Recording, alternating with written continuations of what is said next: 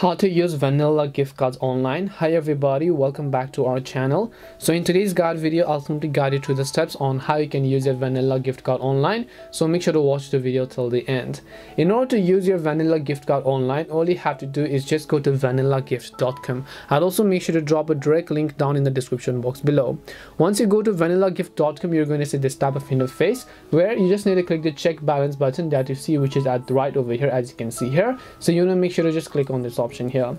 When you click on check balance, it will ask you to simply enter your card details to check the balance. So all you need to do is go ahead and then make sure to simply enter your card details over here, and once you've done that, your card will be successfully redeemed. Now in case this doesn't work, there's also another thing. You can come back here, you can see it says activate your card. Click on activate your card over here and then make sure to enter your card number. Click on continue. Your card will be activated and then automatically redeemed to your account. And that's it on how you can go ahead and then redeem your vanilla gift card. Hope this video was helpful, and if it did help you, then make sure to leave a like and subscribe to our channel. And if you have any questions, feel free to leave them down. Thank you for watching and see you soon in the next video.